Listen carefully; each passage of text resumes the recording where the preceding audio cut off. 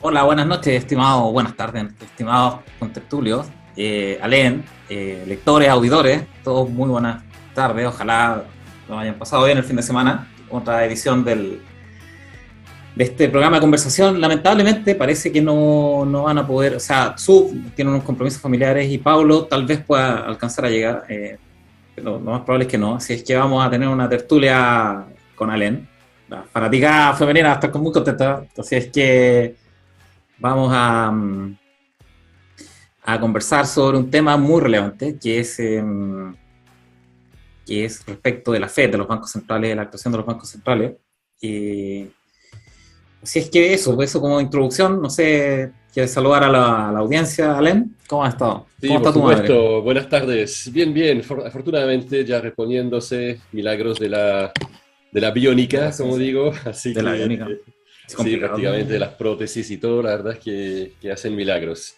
Mm, Así que no, todo increíble bien, eso. todo bien. Ya sentimos un poco el cansancio previo a por fin relajarse en las vacaciones, así que bueno, ahí empezando a cambiar un poco el switch. ¿M? Así Qué que, bueno, yo creo que pero obviamente atento a todo lo entretenido que sigue ocurriendo, no tanto en el plano nacional como lo así dijiste, pero es. más bien en el plano internacional. ¿M? Así es, hoy día va a ser un programa más corto la ausencia del roster del roster titular en el fondo, parte importante, la mitad de hecho. Así es que vamos a hablar, probablemente va a ser más dinámico y tal vez con las preguntas de los auditores en algún momento, un poco más dinámico con ellos. Yo estoy viendo el chat de Felices y Forrados Live. Luego ya también tal vez me Ujú. voy a cambiar al FIF Live para ir viendo ahí los comentarios, aparte de los que salgan en la wincha de abajo, de la parte de abajo. Comencemos con la contingencia. Yo, la verdad es que no hay ninguna, prácticamente nacional, nada que no confirme probablemente lo que hemos estado conversando, que la trayectoria es bastante clara. Ujú. De económica estamos hablando, es bastante clara. De hecho, ayer creo que fue la aprobación por unanimidad de la iniciativa del PGU, que es la pensión garantizada universal, Ujú. y con un artículo inconstitucional dentro, y fue unánime, que era el artículo sobre el impuesto a los super ricos. Y pasó Ujú. unánime, o sea, toda la gente supuestamente derecha lo aprobó eso. Entonces, eso dice bastante claro lo que viene en camino, lo que lo hemos conversado harto ya. No tiene mucho sentido Ujú. conversarlo, recordarlo en el fondo que la trayectoria que traemos desde Bachelet 1 probablemente. Después se ha reforzado cada vez más deuda, que lo vamos a ver con la FED y las teorías económicas, y cada vez más deuda, y ahora que ya alcanzó un volumen significativo, o sea, 100 billones de dólares de deuda, poco más. Ujú. Ahora, para compensar esa reventada de tarjeta de crédito, que está sucediendo y que va a seguir sucediendo probablemente tal vez más acelerado, van a empezar los impuestos asesinos. Entonces, para tratar de compensar eso, y eso es una combinación muy, muy tóxica, como lo vamos a ver después en la sección de los bancos centrales. Eh, no sé, yo tengo la duda con el puesto a los patrimonios súper ricos, nunca ha funcionado esa cuestión. La gente se va obviamente del país o saca sus capitales o lo que sea. ¿No? Pero es el impuesto más fácil de cobrar. Porque la verdad es que el número de contribuyentes que eso está, digamos, como al cual está apuntando es mínimo. La gente dice, bueno, que paguen los ricos, ¿cierto? Eso es como muy fácil y no tiene ninguna, prácticamente, es irrelevante políticamente. Yo creo que, o sea, para la gran masa de votantes, etcétera, es algo sumamente popular y aunque no se sepa que no, prácticamente no genera nada sustancial. ¿M? Tú dices que es popular, llegamos a ese punto de resentimiento en el que es popular quitarle a los ricos. Yo creo que sí, yo creo que se Sí. vende. Sí, sí, por eso que si fue votado con unanimidad, significa que realmente no hay ningún diputado, senador, no sé quién votó en realidad en esa instancia, pero que que realmente tenga un problema, ¿cierto?, con sus votantes. A lo más un llamado de un amigo diciendo, oye, por favor, pero O se sea, sabe, ya los claro. ricos están completamente vacunados, por decirlo así, ya saben qué hacer. Y, y justamente con tu post, digamos, sobre el tema, quería mencionar para mí la noticia relevante del día. eh, y es que Rolls-Royce, el fabricante de autos de lujo, Sí. aumentó un 49% su venta el año pasado, ¿cierto? Y si quieres pedir un auto ahora, es un año de lista de espera, ¿cierto? Entonces, pero si tú ves, es lo mismo para Bentley, para Lamborghini, para Ferrari, para todas las marcas así, top, McLaren. De modo que la verdad es que los ricos están súper bien, muchas gracias. O sea, es prácticamente como un sentido de que se está haciendo lo contrario a prácticamente de lo que la tendencia quisiera hacer, ¿no? Y de eso creo que podemos hablar también, por qué se genera eso. ¿Mm? Lo que pasa es que los ricos son ricos, ¿no? O sea, trabaja para ellos el capital y el capital es muy móvil. Se lo pueden mover a cualquier lado. Salvo que Ujú. estén invertidos en propiedades, que probablemente van a empezar a deshacerse de ellas más temprano que tarde.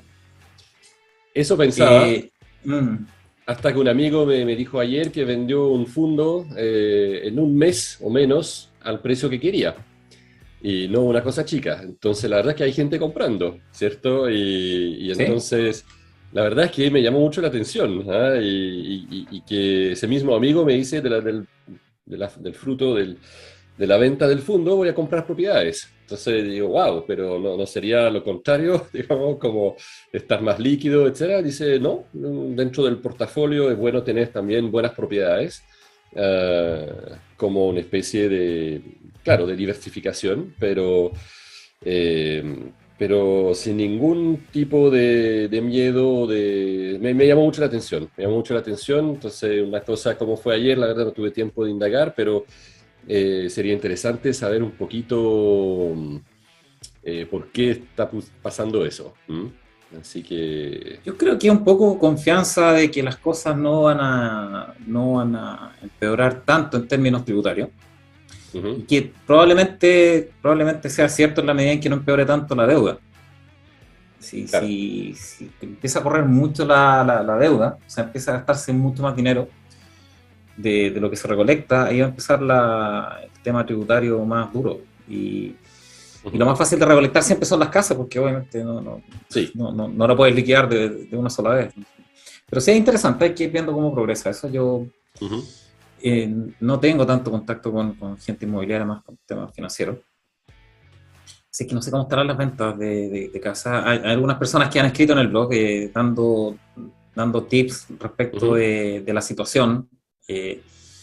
Pero efectivamente la gente de alto patrimonio, y lo comenté en algunos lives hace un par de semanas, tal vez un mes, la gente de alto patrimonio, mucha de ella que no sabe de finanzas, de mercado financiero, no es que no sepa de finanzas, de mercado financiero, ujú, busca protección de capital en los inmuebles. Y es verdad eso. O sea, es como una forma de refugiarse, ¿no? sí. Y quizás un tema que podríamos tocar justamente a raíz del post ahí que hubo sobre un poco si comprar o no y un poco lo que significa comprar. Pero yo creo que a diferencia del trading puro y duro, la parte inmobiliaria es un poquito distinta porque hay que verla como una reserva de valor. Lo que Mm, significa que si, ¿cierto? Si tú compraste, digamos, no sé, hagámoslo sencillo, 100, un departamento de 100 millones a una tasa de 2% a 20 años, por decirlo ujú, así, no voy a hacer el cálculo mentalmente porque no soy capaz, pero tú vas a pagar un dividendo X, ¿cierto? ujú. Eh, y el valor de tu bien va a ser, digamos, al final de esos 20 años un valor X. Pero si baja el precio de la propiedad y que al final, pero que suben la tasa de interés fuertemente, así que baja a 60 millones, pero la tasa de interés es de 8%, por decir algo así, al final de los 20 años, tú habrás pagado más o menos, digamos, la misma cantidad. Entonces, el valor del bien, de alguna forma, el dinero que se habrá invertido, más o menos, va a ser similar. Y lo otro es que si tú quieres vender tu departamento de 100 millones, tú lo vendes por 60 millones, a nivel de valor inmobiliario, también si quieres recomprar algo o poner un pie, todo lo demás va a estar también más o menos a 60 millones. O sea, hay una Claro. especie de equilibrio a nivel nacional. Si uno lo ve a nivel internacional es más complicado porque hay tema de cambio de divisa, etcétera, que puede, y que también puede haber partes donde el inmobiliario está súper alto, cuando en otras partes está más bajo. Pero a nivel nacional yo creo que hay una especie de equilibrio que se mantiene mientras la gente se quede. Ahora, el caso Venezuela o incluso caso argentino, el problema empieza cuando la gente se va. Y eso sí que es liquidación, que es totalmente distinto a seguir haciendo funcionar un mercado inmobiliario, ¿cierto? Donde el valor de un techo sigue siendo más o menos, no va a decir siempre el mismo, pero mantiene valor de bien, digamos, de una casa para 2 personas, 4 personas. Si, Eso es. si tú te quedas, claro, si tú te quedas, si la compras para vivir, en el fondo, Sí, el valor de mercado va a ser irrelevante en el fondo para ti porque estás viviendo ahí. No claro. tiene mucho valor. El problema es cuando, por ejemplo, tienes, digamos, 2 o 3 casas, tu casa en la playa, que la pagas con arriendo, ¿cierto? Sí, eso sí. Y ya no tienes lucas para pagar eso. Ujú. Entonces tú, si eso es muy extendido, obviamente siempre sucede eso. Hay periodos buenos y periodos malos en los que no puedes pagar vivienda, pero si eso se empieza a extender, si hay un periodo de recesión con altas tasas de desempleo y la gente ya no puede pagar eso, Ujú. empieza la liquidación. Y eso sí Exactamente. te puede, y ahí sí te puede pegar en el valor real, en el fondo. O sea, la deuda no disminuye, Claro. la deuda jamás disminuye de valor, pero tu activo sí. Eso sí puede Sí, ser, ahí sí puede provocarse, pero depende también de las condiciones generales del claro. mercado, en el fondo. Sí. Claro, pero sí, efectivamente, si la compras para vivir y siempre vives ahí, que suba o baje, te da un poco lo mismo, ¿no? O sea, la Ujú. percepción de riqueza mayor o menor la tienes, pero en el fondo sigues viviendo ahí, ¿no? Disfrutas de los beneficios de la valorización, porque probablemente se valorice porque hay mejores accesos, mejores rutas, mejores Ujú. mall, qué sé yo, lo que sea. Claro. Pero efectivamente, el mercado inmobiliario es el más duro de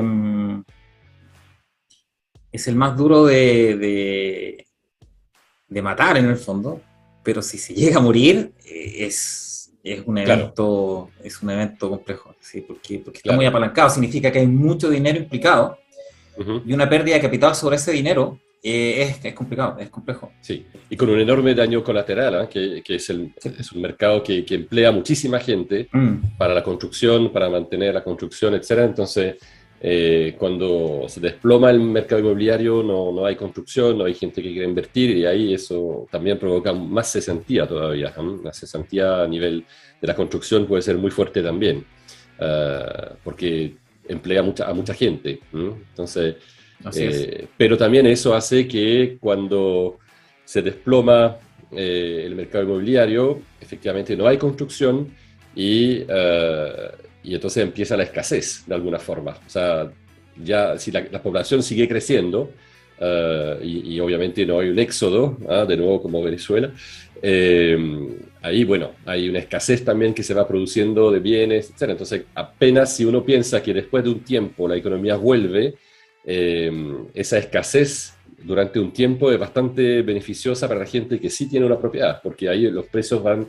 recuperándose más o menos rápido, en general, con la economía, con la economía. Ay, no sé, Pero todo eso, hay muchos los supuestos temas, ahí, hay muchos los temas, supuestos, porque mm, sí, que los temas inmobiliarios son demasiado, se llama apalancamiento en el fondo, que es demasiado dinero que trajiste al presente. Entonces, sí, sí, cuando hay una crisis inmobiliaria, es mucho el valor de capital que se borra del mapa, ujú, ¿sí?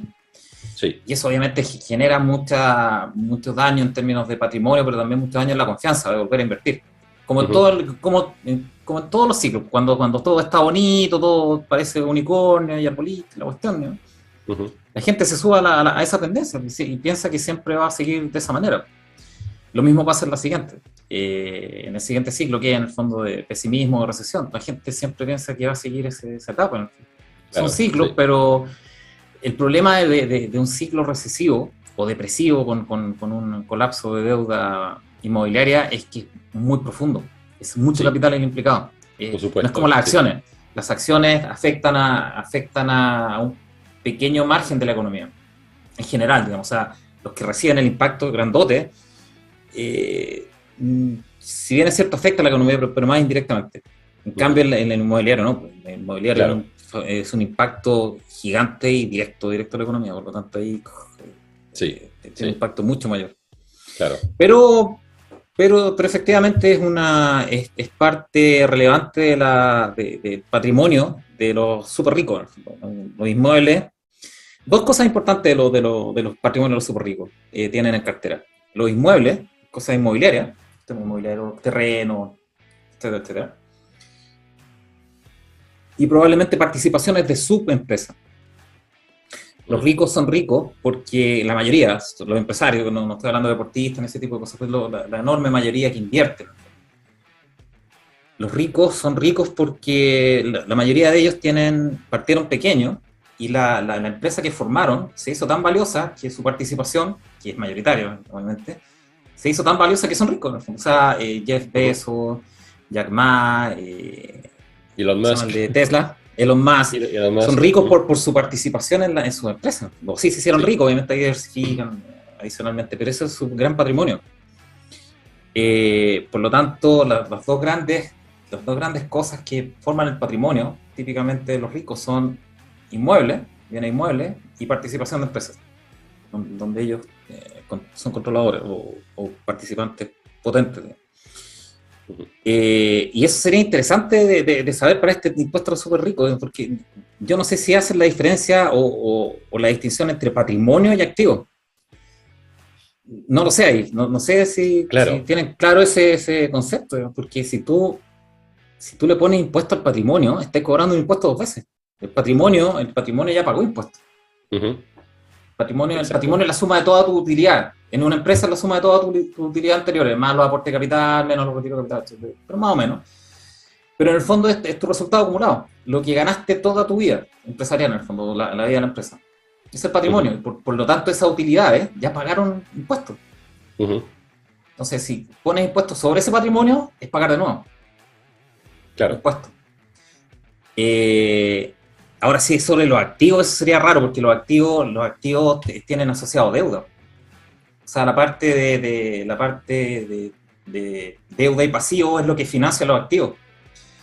Entonces, ¿cómo le vaya a colocar impuestos a los activos, en el fondo, de una persona? Pues, tiene deuda asociada, pues como que le cobres el valor full de una casa a una persona, que está, no sé, 100 millones, 120 millones, pero tiene una deuda hipotecaria de 110 millones, tal vez ha pagado algo.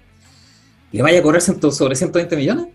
Claro, no se puede. Se raría, o sea, no sé, pues, además, que teníamos de a cargo. Se podría, claro, sí. No sé qué están considerando.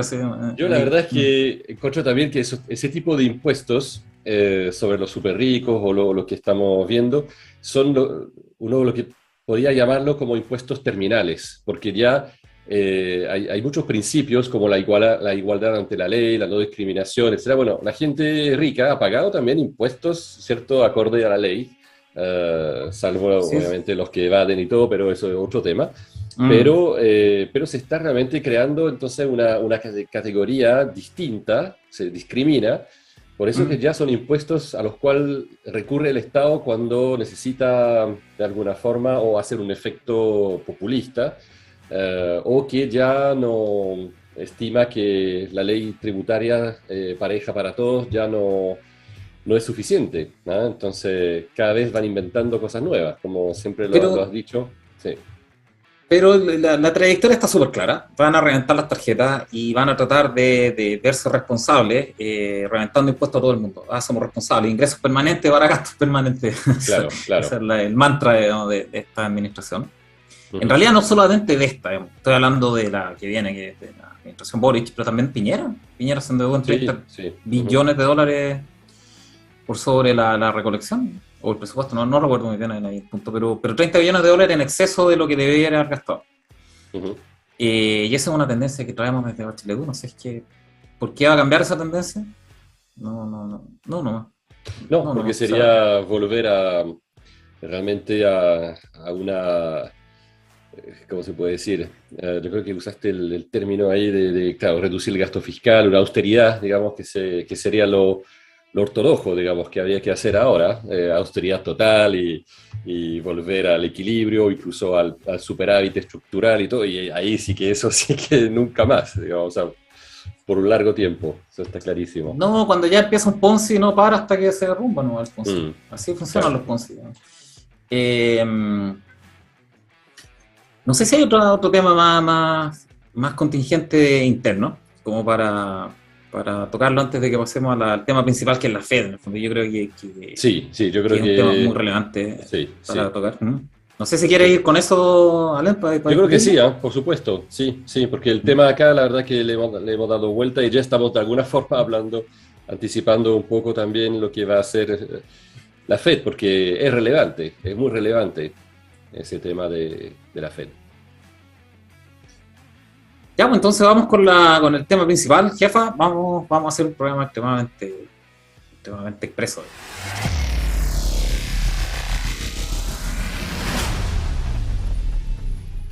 Vamos con el tema de la Fed. Oye, probablemente es el tema más relevante en términos económicos y financieros del mundo en estos momentos. Eh, el tratamiento que tienen los bancos centrales sobre las economías y sobre las finanzas de los distintos países y cómo han enfrentado o cómo pretenden enfrentar los mega desbalances económicos que tenemos hoy día en términos de inflación, de cadenas de abastecimiento, etcétera, etcétera. Y es importante entender qué son los bancos centrales, qué es la Fed y cuáles son las herramientas que tienen, porque finalmente están tirándole, endilgándole cosas que son ridículas, como combatir el cambio climático. Tipo, Mm. pues, subir o bajar tasas de interés, ¿no? Es lo único que pueden hacer. El resto es indirecto. Entonces, aparte, adicional a algunas iniciativas que he visto para la convención, respecto al Banco Central que se autonomice. Ujú. Yo creo que lo hemos discutido antes, pero rápidamente, la Fed, que es el Banco Central moderno en esencia, por esencia, todos los bancos centrales modernos han copiado a la Fed, su diseño, salvo el tema federal. El diseño original del Banco Central, de la Fed, era un banco de bancos, o un banco para bancos, para que rescatara a los bancos. ¿Por qué? Porque el principal problema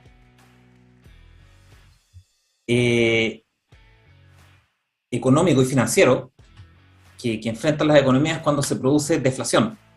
Es cuando hay un colapso económico que hace que existan corridas bancarias. Puede ser un colapso financiero que obliga a la gente a sacar dinero para cubrir sus malas apuestas, por ejemplo. Eso es típico, ese fue un Lehman, es un momento Lehman. Entonces, eso pasó en Estados Unidos en 1890 y algo, 93 puede ser. Ahí la gente puede googlear, digamos, al final, es un tema académico. Y la siguiente fue en 1907. Con el terremoto de San Francisco hubo un gran desbalance en Estados Unidos de flujo, y eso provocó un pánico financiero en Wall Street, ¿no? Y eso pues, provocó corridas bancarias. Empezó a haber corridas bancarias gigantes. Y ahí JP Morgan encerró a todo Wall Street, encerró su oficina por fuera. Ya dejo, pónganse, colóquense con plata para rescatar a todas las acciones y colocarle lucas a los bancos. Y ese fue el evento que generó, en el fondo, que gatilló el hecho de que se construyera un banco central que tuviera patrimonio o capital propio y que permitiera rescatar a los bancos cuando tuvieran estos problemas de liquidez. Porque un pánico bancario, una corrida bancaria, genera un pánico generalizado. Y eso te desploma todo. Por lo tanto, la Fed fue construida directamente para ser el prestamista de última instancia para los bancos. Y partió como con capital propio, o sea, capital privado de los bancos. Los bancos aportaron capital para tener este fondo y para poder ser rescatados, ¿no? Cada uno de los bancos si pasaba esto o no. Adicionalmente, después empezaron las adiciones, se le agregó la posibilidad de generar dinero elástico. ¿Qué es el dinero elástico? Es la posibilidad de imprimir, pero no imprimir contra nada, es imprimir contra un activo. O sea, se le dio la posibilidad, para apoyar la economía también, se le dio la posibilidad a la Fed de poder comprar activos, típicamente bonos corporativos o bancarios, corporativos en general, para que cuando existieran estos periodos de bajísima liquidez, o sea, que los bancos no le prestan a nadie porque no confían en nadie, en el fondo está trancada la cuestión, este Banco Central o la Fed comprara bonos para que se pudieran financiar las distintas empresas, ¿no? Y se pudiera mover de nuevo la economía. Entonces, con estos dos drafts, en el fondo, de la Fed, se le agregó adicionalmente después también el hecho de que pudiera controlar las tasas de interés en distintas ramas, en distintas regiones.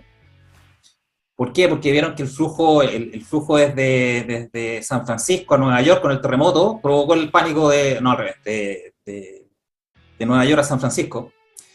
El flujo de salida por los seguros, se fue completo. Y eso provocó el pánico. Entonces, ok, vamos a diferenciar tasas, la posibilidad de que tengan tasas.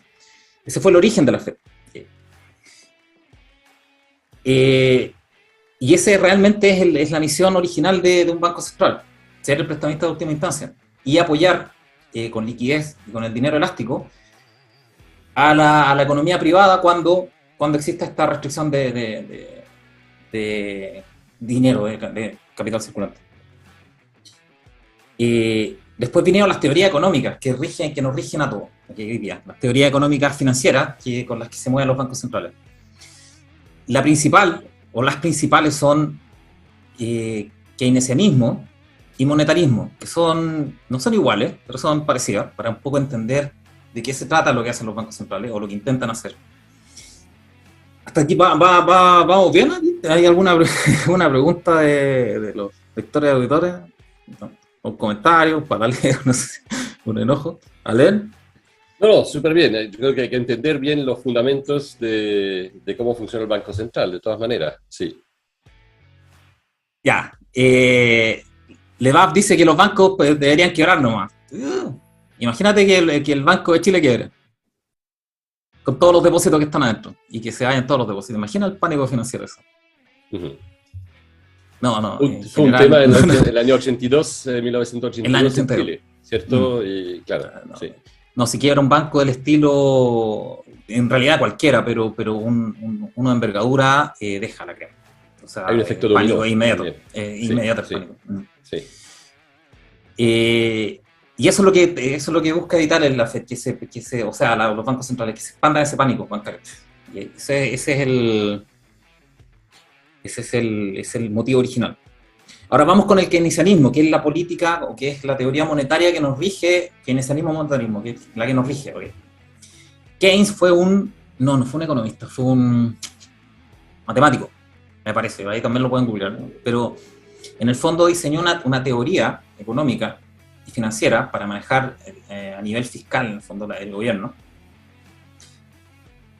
o para manejar las finanzas del gobierno, en relación a los ciclos de negocio. A Keynes no le gustaba o no quería, o a los gobiernos en general, y esto fue en la época de la depresión del 29, los gobiernos no querían una depresión, o sea, una baja económica tan considerable. Entonces desarrollaron estas teorías económicas para suavizar los ciclos económicos. O sea, que los descensos no fueran tan marcados y que los ascensos tampoco fueran tan violentos, que provocaran burbujas, tratar de controlar el ciclo de negocio. ¿Cuál es la teoría sobre eso? Y aquí entran un poco los bancos centrales. Ojalá estuviera Pablo. Pablo sería más pro de explicarle. El capo de tutti capi. Sí, yo soy un poco más de terreno de práctico, así que le pido disculpas de antemano por hacerlo más. Súper bueno, pero Pablo es el profesor. Ahí, así es. Sí. Él le pone la sofisticación a la cuestión. Yo lo voy a hacer más de piso en el fondo. Académico, lo entiendo. Total. Sí. Lo voy a hacer más de piso, ojalá se entienda. A ver, el keynesianismo, o Keynes, ¿qué propuso Keynes cuando hay recesiones? Esto es muy importante. Keynes propuso que había que incentivar la demanda. Significa a la gente, había que pasarle plata a la gente. ¿De qué modo? ¿O de qué manera? Que el gobierno se endeudara, que tomara deuda para eso volcarlo hacia la gente. Puede ser indirectamente vía proyectos de infraestructura y trabajo estatal, en el fondo, que permitieran que la gente recibiera un sueldo y lo pusiera a trabajar. ¿Bien? Esa es la forma en que Keynes visualizaba que en una bajada económica, en una recesión, el Estado tenía que intervenir. El Estado, no el gobierno. El Estado tenía que tomar deuda a dos manos y meter esa deuda, ese capital en la economía. En la forma en que ya lo comenté, infraestructura, trabajo, estatal, etcétera, etcétera.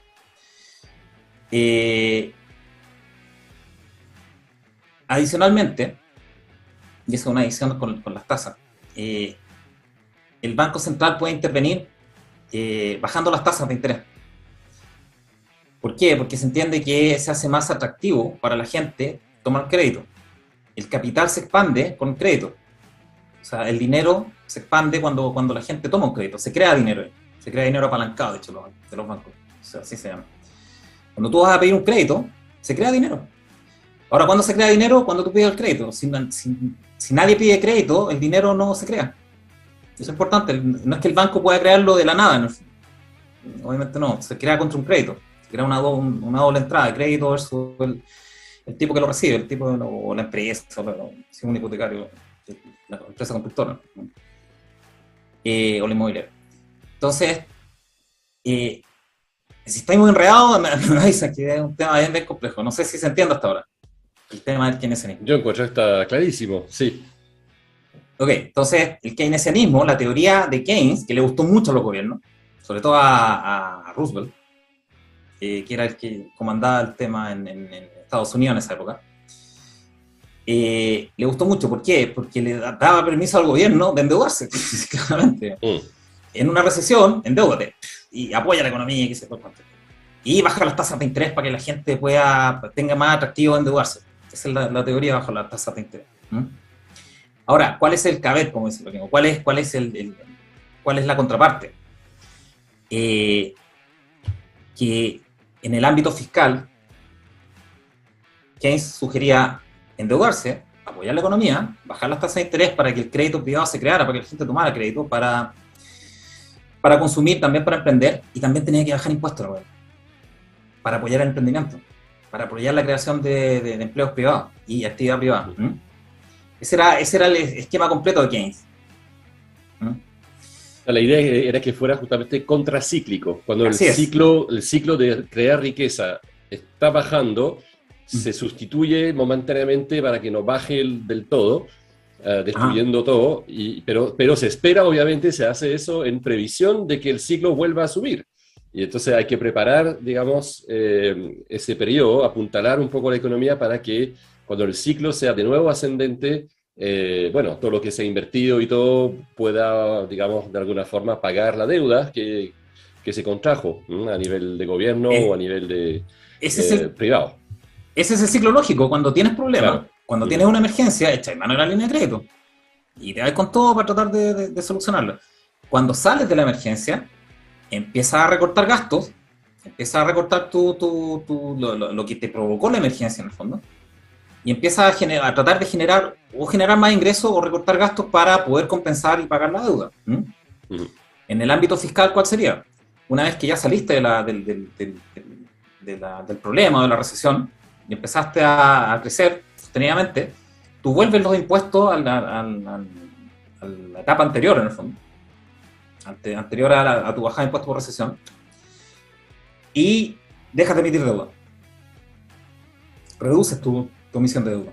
Por lo tanto, vuelves a compensar en el fondo y quedas preparado nuevamente en términos de rating de crédito, etcétera, etcétera, para una nueva recesión. O sea, ese debería ser la misión del gobierno en visión de Keynes. Okay. ¿Cuál es el problema de esto? ¿Cuál es el gran problema? Que los gobiernos como que pescaron una media. La parte buena, la parte bonita. Para el gobierno. O sea, sí, a ver, claro.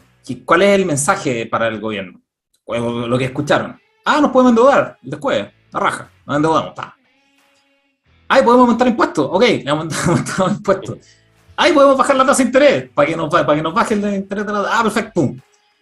¿Y cuándo retornamos? Nunca podíamos retornar, ¿cierto? está maravilloso, ¿no? Sigamos endeudándonos y con tasas de interés bajas y reventando impuestos a todos para recolectar plata en el fondo y para poder sostener más tiempo el, el buque, en el fondo, el buque que se mantenga y que los mantenga ellos como clase política, en el fondo, esta clase política tan responsable, ¿no? Entonces, ese es básicamente el keynesianismo. El keynesianismo original era contracíclico, tomar todas las medidas para proveer un soporte a una caída económica, con deuda de gobierno, con bajas de tasas de interés y con bajas de impuestos.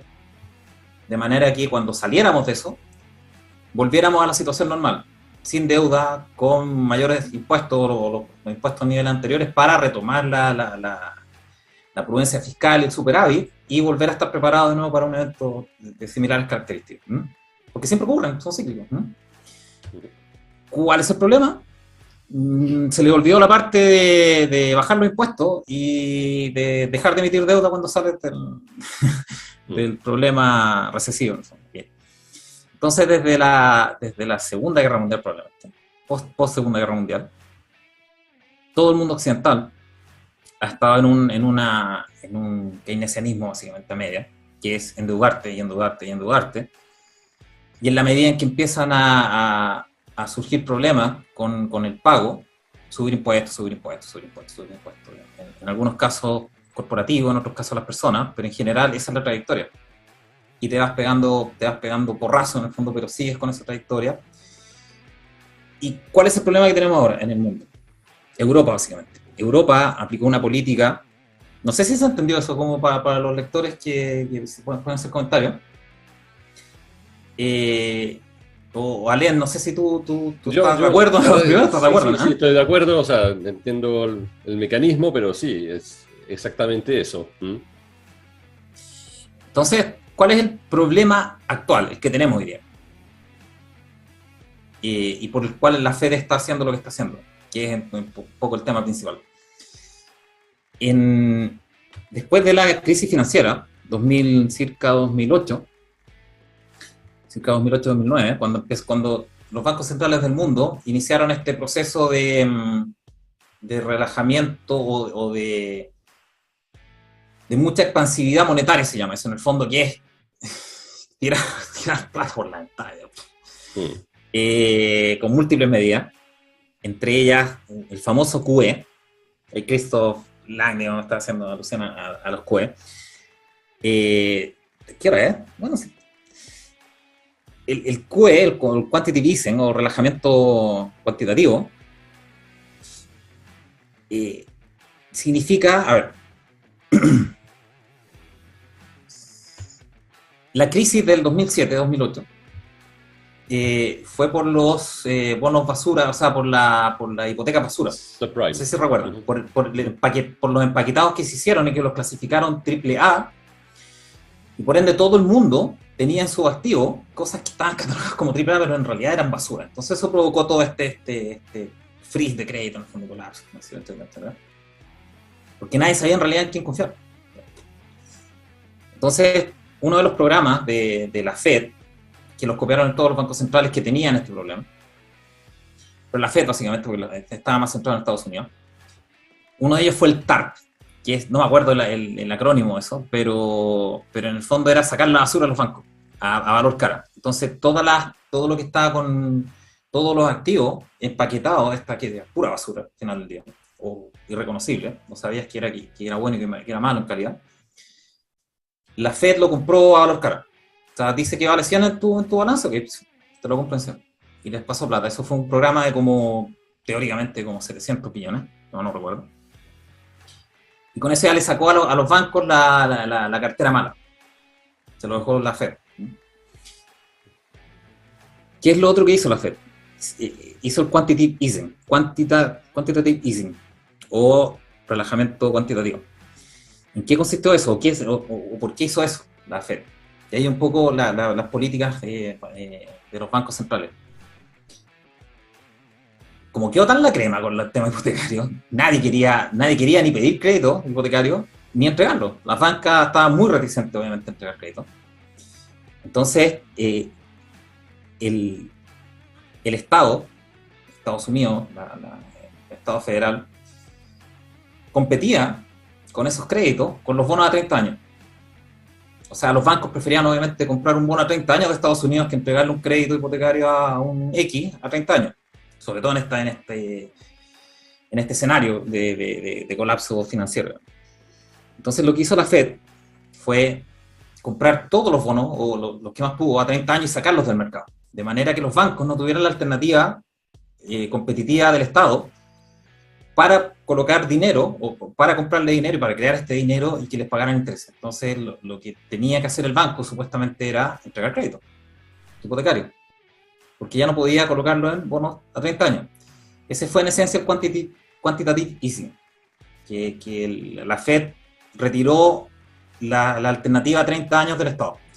Solamente dejó la alternativa de mercado, que son los hipotecarios, a 30 años, para que los bancos pudieran entregar. No sé si se entiende eso. ¿Sí? Está clarito, sí. Ya, entonces, como incentivo, es algo muy indirecto. No es que fuese directamente a intervenir los bancos y les dijera, ¿sabes qué más? Tenéis que entregar crédito, como lo hizo aquí el Banco Central, por ejemplo. El Banco Central fue muy directo con el programa de crédito respaldado, ¿no? Del año pasado. Fue muy directo. O sea, yo te paso plata en la medida en que tú prestes plata. Si no me demuestras que prestas plata, yo no te paso plata. Sí, así es simple. Entonces, fue muy directo. Fue muy diferente a la gente. ¿No? ¿Sí? Ok, entonces, estamos en la crisis de financiera. Se me conectó se me conectaron los audífonos. ¿Se escucha? Sí, sí. Súper bien. A ver.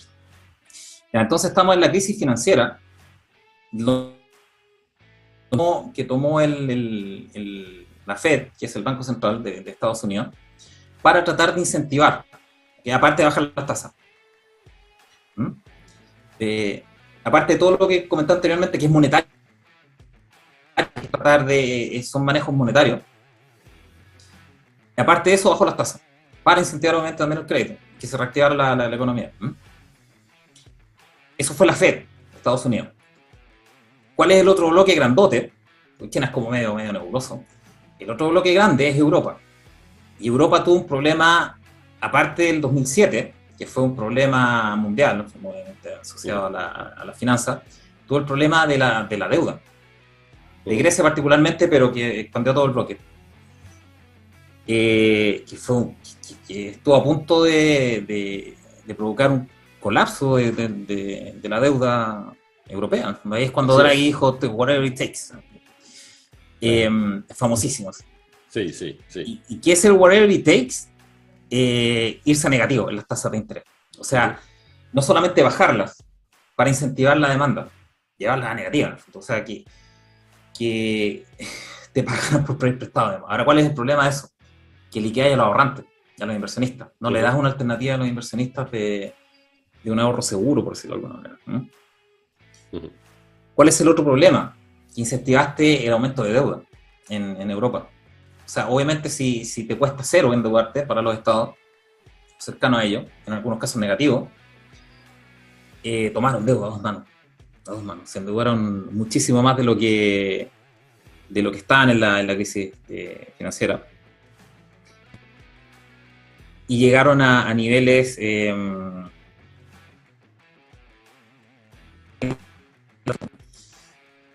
en el que liquidaron sus mercados de bonos, básicamente. ¿Quién va a comprar sus bonos europeos?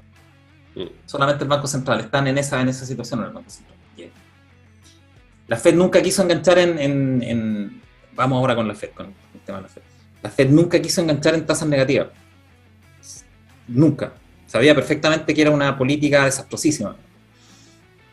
¿Y por qué, con todo respeto, que los gringos no lo hubieran entendido? Es muy difícil. Yo creo que con todo respeto los gringos tampoco lo hubieran entendido. Que como de tener una tasa de interés negativa, hay que hacer una pequeña gimnasia mental, digamos, es algo que es totalmente contraintuitivo, ¿cierto? Entonces, yo creo que más allá de las grandes teorías y todo, estuvieron cerca del interés prácticamente cero, pero 0,25. claro, pero no quisieron llegar a negativo porque yo creo que rompía algo también del entendimiento de lo que es el dinero, ¿ah? Para los gringos. Creo que la mentalidad es distinta también a los europeos, entonces yo creo que hay algo contraintuitivo de tener tasa de interés negativa, ¿no? Y yo creo que hubiera sido aún peor, de todas maneras. Difícil saber por qué no engancharon lo sabían, entendían cuáles eran los efectos, era algo que veían en su mercado interbancario nocturno, en el fondo, porque generalmente en los mercados interbancarios nocturnos no hay tasas negativas de interés, se producen, pero son circunstanciales. Generalmente están sobre el cero. No sé, la verdad es que ahí es difícil de entender. Si son capos, son secos, fue suerte, digamos, fue costumbre. Pero hay temas quizá psicológicos más fuertes, pienso yo, así como sin estar metido obviamente en eso muy, muy fuerte, pero la verdad es que yo creo que es un tema psicológico, que el dólar no puede como generar un interés negativo. Hay un tema quizás psicológico. Puede ser, pero también es cierto que la Fed se mantuvo mucho tiempo, bueno, todavía hasta ahora, porque fue un anuncio de que iba a anunciar, de que iba o tenía la intención de aumentar las tasas. No es que la haya aumentado. La Fed se mantuvo mucho tiempo en 0,25, muy, muy cerca del cero. Supongo yo es algo muy parecido al 29, al 27 de hecho, no al 29, a 1927. Para un poco deflactar capital desde Europa. En el fondo, si tú tienes tasas de interés cerca de cero y en Europa están cerca de cero y negativas, no parece tan atractivo a Estados Unidos. Entonces como que no atrae capital, o ellos suponen ese flujo. Y se mantuvo mucho tiempo ahí, se mantuvo mucho tiempo en cerca del cero. Insisto, probablemente para evitar un flujo de capital hacia Estados Unidos. Porque finalmente todos los bancos centrales se comunican y es un tema mundial. Claro. Lo crítico ahora es que la Fed anunció que lo iba a aumentar, que ya está bueno de la inflación y de estas políticas súper expansivas, porque en realidad no tenía ningún sentido. La tasa de desempleo en Estados Unidos llegó a su casi empleabilidad completa, a su full empleabilidad. Y la inflación está muy disparada. Entonces la Fed dijo, ¿saben qué más? A full empleo y con este nivel de inflación tenemos que hacer algo, que subir las tasas, ¿no? que es la herramienta que comentábamos antes. Una de las herramientas que tiene la Fed. Obviamente con este nivel de actividad económica, de inflación, de empleo, no están en recesión. Igual que nosotros el año pasado, no estábamos en recesión. Entonces, obviamente, lo que está diciendo la Fed, ¿saben qué más? Vamos a quitar los incentivos monetarios. Fuera. Porque no se requieren, no se necesitan. Que es algo en lo que están muy, muy en desacuerdo mucha gente. Pero la Fed dice, ¿saben qué más? Mi mandato es la inflación, primero.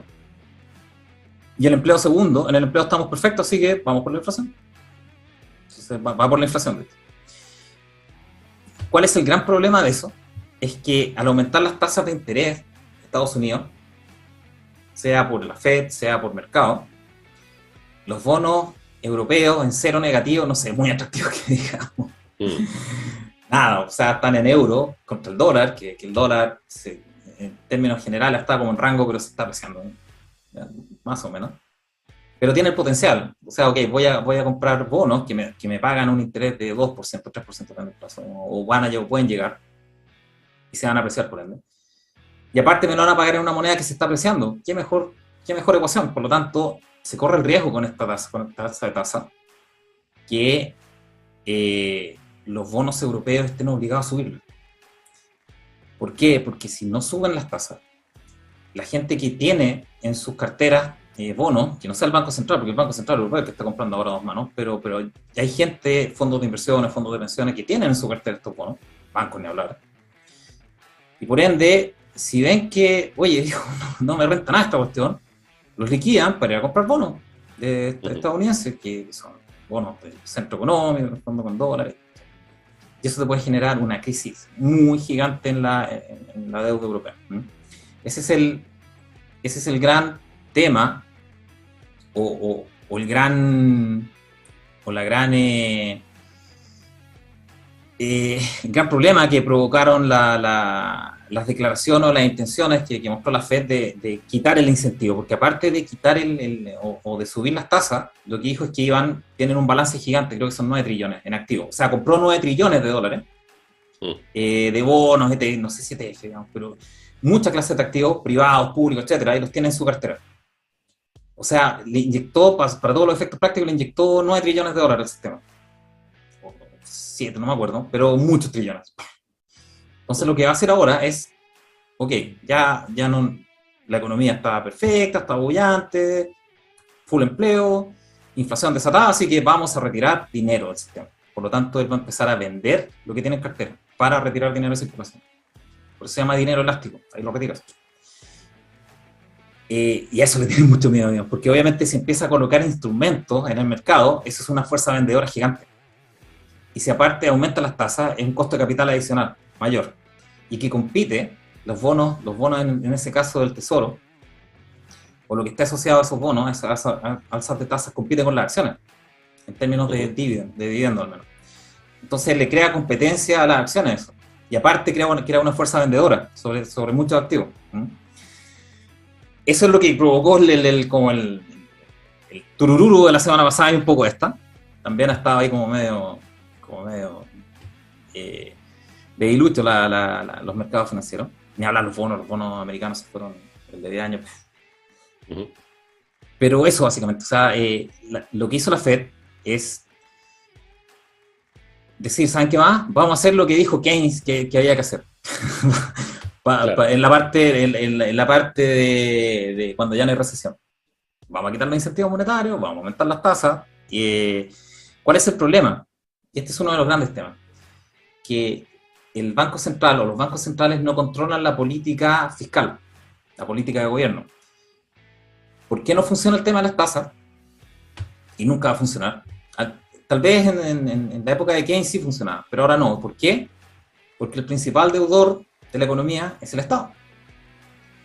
Y al Estado le vale madre si el Banco Central sube, baja las tasas, le da lo mismo, o sea, va a seguir endeudando igual. Y de hecho, si sube las tasas, lo que va a pasar es que se va a endeudar más.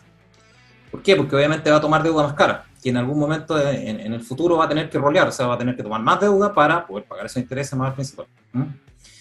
Por lo tanto, las teorías económicas, que tal vez como teorías funcionaban bien hace 100 años, porque las deudas estatales o la economía privada sobrepasaba por mucho a la estatal, en términos de poder económico y también de capacidad de deuda o de la cantidad de deuda que existía. Ahora no es así. Ahora el Estado es el principal participante en la mayoría de las economías desarrolladas, particularmente en Europa. El Estado es el principal participante económico y el principal deudor.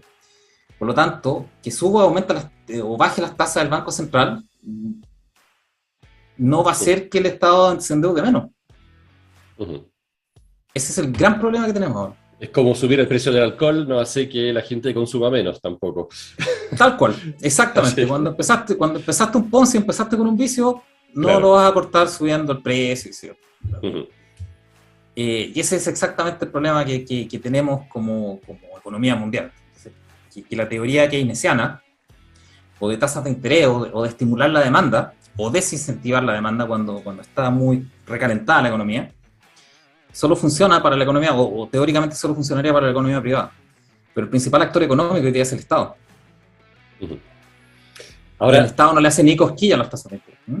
Claro, yo creo que para complementar quizá algunas ideas, me parece interesante, digamos, decir un par de cosas. Es que, si bien la teoría keynesiana ha funcionado y puede seguir funcionando, yo creo que el problema, de nuevo, son las distorsiones que hay, ¿cierto? Y una gran distorsión es que la gente que está más cercana a la Fed, para decir, los grandes bancos, los grandes fondos de inversión, las grandes compañías que pueden recibir el dinero muy barato, han distorsionado eso, Sí, claro. justamente diciendo que en lugar de ir a prestar a la gente, como lo dijiste aquí en Chile, era contrapréstamo a la gente, Mm, pero en Estados Unidos no, fue dar no, directamente dinero a los grandes bancos, a los grandes fondos.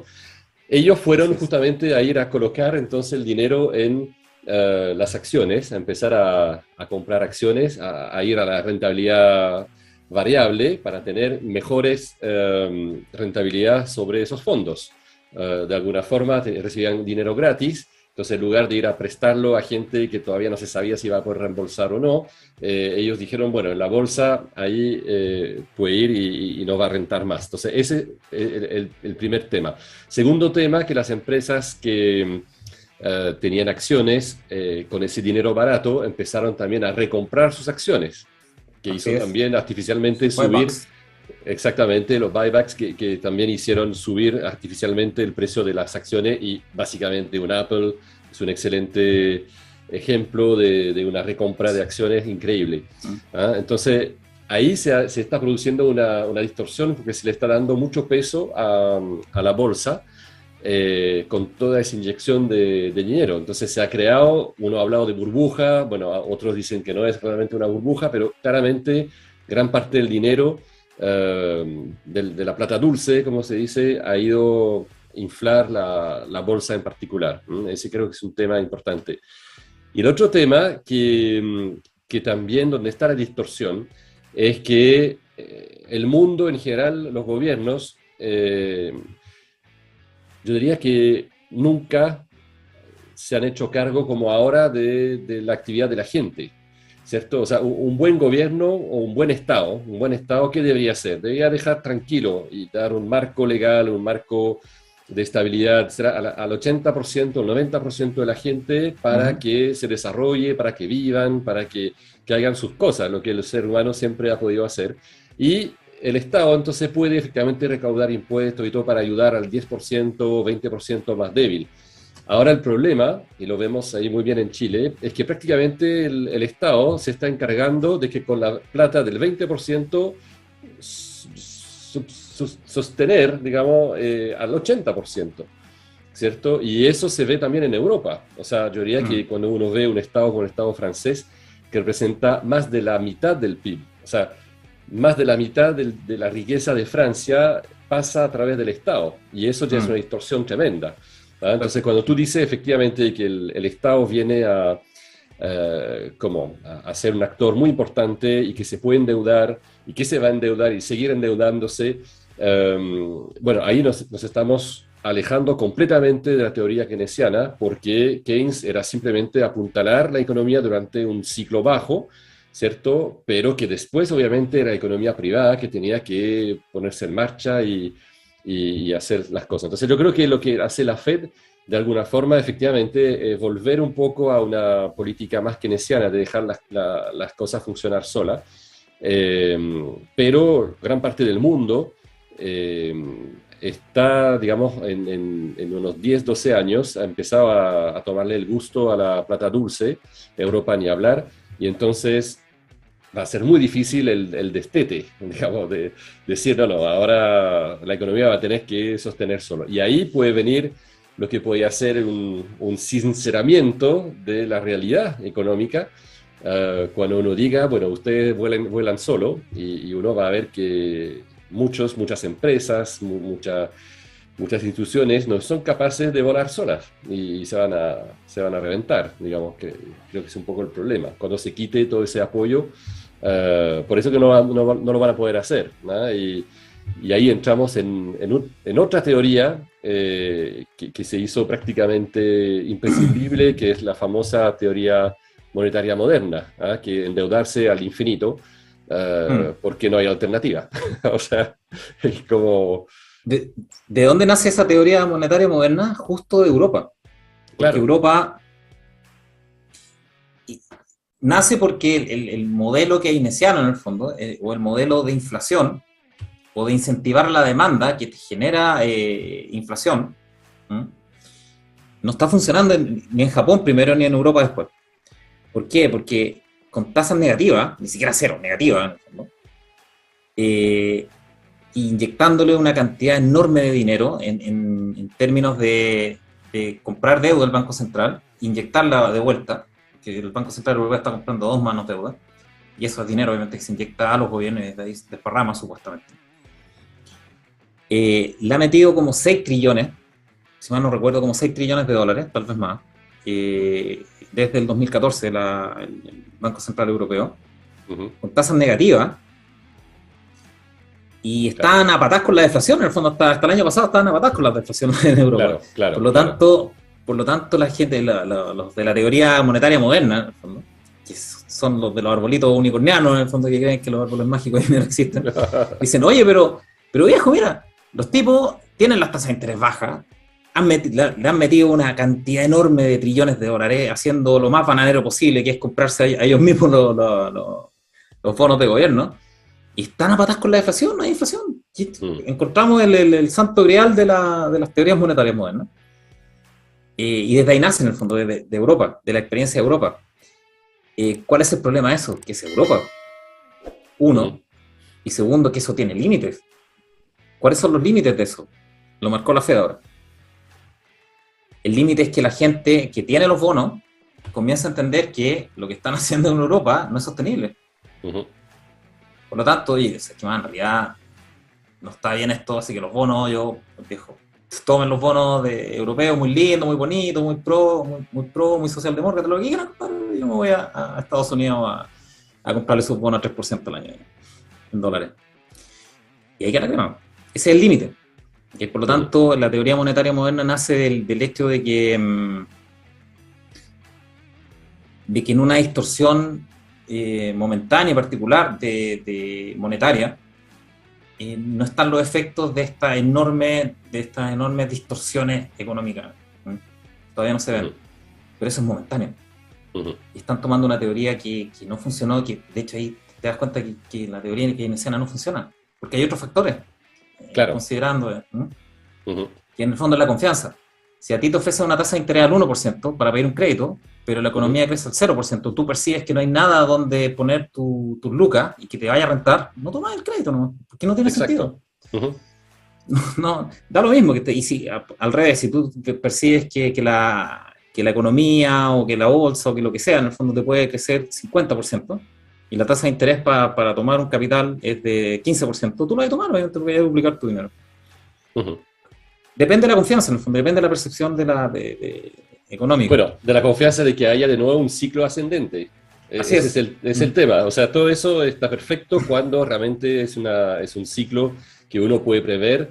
Y yo creo que antes, en realidad, se veía con bastante frecuencia, que incluso acá en Chile, donde hemos vivido varias crisis, y es curioso como cuando empezaba una crisis, mucha gente en el ámbito inmobiliario, que conozco un poco, digamos, de edificios, etc., compraba terrenos y empezaba a hacer proyectos, porque ese proyecto, que yo empezaba el año 1, lo iba a poder vender el año 3 o 4, ¿cierto? El tiempo de hacer el proyecto, tiempo de construir, tiempo de habilitar y vender. Entonces, si empezaba una crisis, pero que yo sabía que el final del túnel era en 3 o 4 años más, hay gente que se anticipaba, invertía efectivamente en el ciclo bajo para estar listo a la salida del ciclo bajo y estar con un producto a la venta. Y eso es lo que precisamente nos está viendo ahora, que hay como no hay un horizonte político, hablo de Chile obviamente, no se está viendo el mismo empuje en la confianza en un ciclo ascendente a futuro. Cosa que en Estados Unidos es un poco lo contrario, porque se ve que la economía está funcionando y mal que mal ya algunos están soñando con Trump 2024. O sea, parece una estupidez, pero dicen, bueno, Biden va a tener su ciclo, no lo está haciendo tan bien y la gente se va a cansar, y ya están diciendo, bueno, si bastaría que Trump u otra figura, no sé quién, digamos, más o menos fuerte, fuera digamos, diera la perspectiva de un ciclo más fuerte ascendente, y bueno, y ahí todo de nuevo parte muy fuerte. Yo creo que ese es un tema de expectativa, de alguna forma. Así es, así es. y pueden ser expectativas buenas que te alientan el ciclo económico solo por la expectativa o la confianza, llamémoslo de esa manera, o pueden ser expectativas muy malas que te acentúan en el fondo la caída, que la gente empieza a hoarding, se llama eso, que ahorrar y salvar y poner a los costados del dinero. Claro. Y ese es un poco el factor que yo creo que le falta a estas teorías, el factor humano, llamémoslo de esa manera. No es, claro. No es como el artículo de Le Monde Inversiones, que lo comparaba a una dieta en el fondo.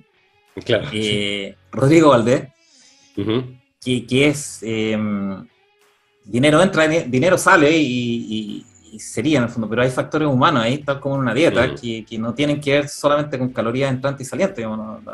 Claro. El sistema humano, el cuerpo humano no es un sistema termodinámico cerrado, por lo tanto hay otros factores que influyen, lo mismo en la economía, hay otros factores que es principalmente la confianza. Tú le puedes inyectar todo el dinero que quieras a un sistema termodinámico económico, y si no hay confianza, no se mueve nomás, los gases no hacen su circulación, no hay calor. Claro. Sería es como hacer dieta con metabolismo bajo. Tú puedes, si tu metabolismo es bajo, vas a hacer dieta y tu metabolismo lo único que va a hacer es bajar más, digamos. Así es, exactamente. Digamos, mira, te manejáis. Así es, sí, claro. Exactamente eso. No hay dieta sin ejercicio, eso está clarísimo. Tu cuerpo tiene la confianza de que vas a recibir calorías en el futuro, por lo tanto las gasta a discreción. En cambio, si no tiene la confianza de que va a recibir calorías, las guarda. Exactamente lo mismo en un sistema económico. Exactamente.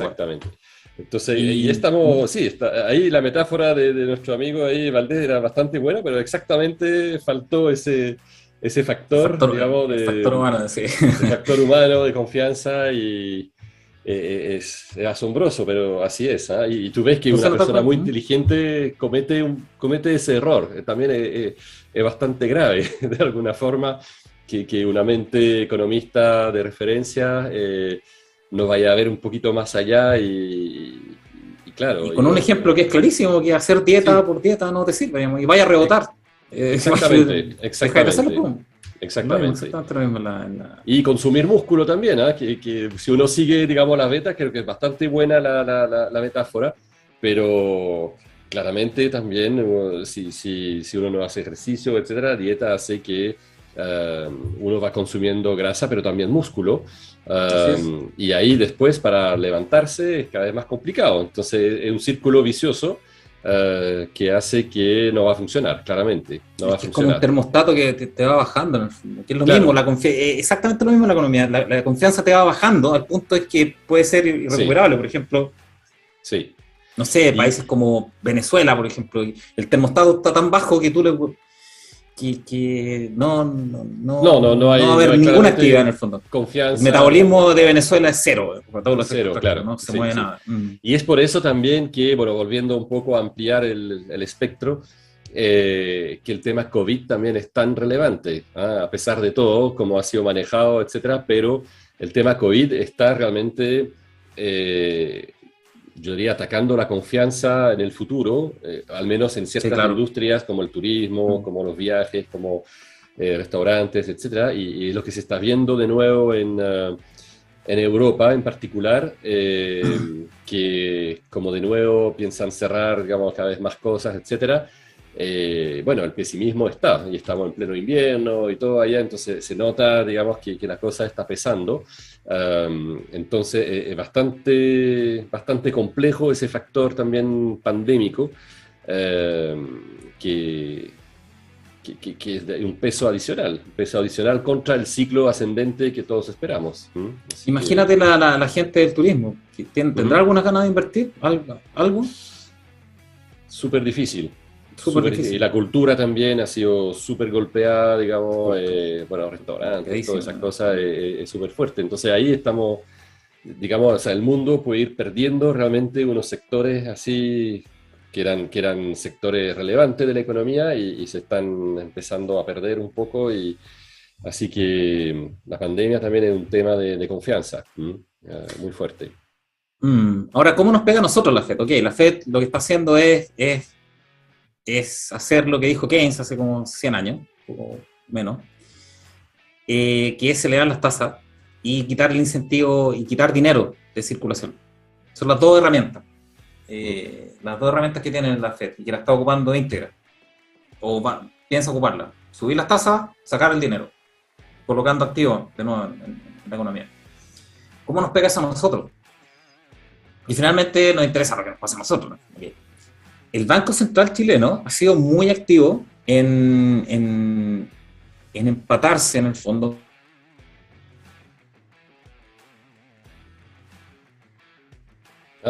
Se congeló. Entonces, no sé si lo vamos a tener de vuelta rápido. Pero ahí no sé. Ah, sí, ahora sí. Sí. Perdimos Sí, como 20 segundos. Así que tú estabas hablando del papel de la Fed, lo que quería hacer el Banco Central chileno. Lo que pasa es que la Fed está aumentando las tasas y retirando de circulación dinero, vía colocando los activos de nuevo en la economía. Que es exactamente lo que está haciendo nuestro Banco Central. Está aumentando las tasas bastante agresivamente. Y no sé si todavía, pero probablemente va a empezar a deshacerse de la enorme cantidad de activos que tiene. El balance del Banco Central es gigantesco hoy día. Ha comprado mucho, o compró mucho durante el año pasado activos, bancarios sobre todo, financieros bancarios. Entonces ahora lo que va a empezar a hacer es que ya, corran solo, tomen. Y eso lo puede hacer un banco independiente. Un banco central independiente, por lo tanto es un bastante lujo el que tenemos en términos de banco central, porque la deuda, a pesar de ser 100 billones, todavía no depende o no está atada realmente a las políticas monetarias del Banco Central, aún como si lo está, por ejemplo, en Europa, porque en Europa el Banco Central Europeo compra la deuda. Y un poco la Fed también, porque finalmente hay algo que se llama los primary dealers en Estados Unidos, son los bancos que tienen licencia bancaria, que pueden comprar la deuda vía la Fed. Se llaman primary dealers. Entonces, ellos tienen el permiso de comprar deuda de gobierno. Por lo tanto, se financian con la Fed y compran la deuda de gobierno. Por lo tanto, las tasas de la Fed es muy relevante para los bonos de gobierno, para las tasas de interés. Aquí no tenemos ese mecanismo. Por lo tanto, es bastante independiente el Banco Central chileno de la deuda soberana, aún. No está en ese mecanismo, por lo tanto puede hacer eso. Así es que en ese sentido sí es bastante sana la relación del Banco Central con la economía, aún, la del Banco chileno. Duele, pesa, claro, pero los desbalances que provocamos el año pasado inyectando la cantidad de lucas, adicional a la inflación que se provocó por cadenas de abastecimiento, tuvimos la peor combinación posible el año pasado. ¿Cómo voy a explicar un poco? ¿Por qué se produce la inflación? Hay tres tipos de inflación. Hay una inflación de activos, por ejemplo, las acciones cuando suben, o las casas, que eso es donde se concentra capital en esos activos, en esa clase de activos, pero eso no se refleja en el nivel de precios general de la economía, no se refleja en el IPC o en la UEF. Si suben las casas, o suben las acciones, o suben la renta fija, los bonos, no se nota. ¿Me escuchan? ¿Sí? Sí, te escuchamos, sí. Eso no se refleja en el nivel de precios generales. La gente no lo percibe en el consumo habitual.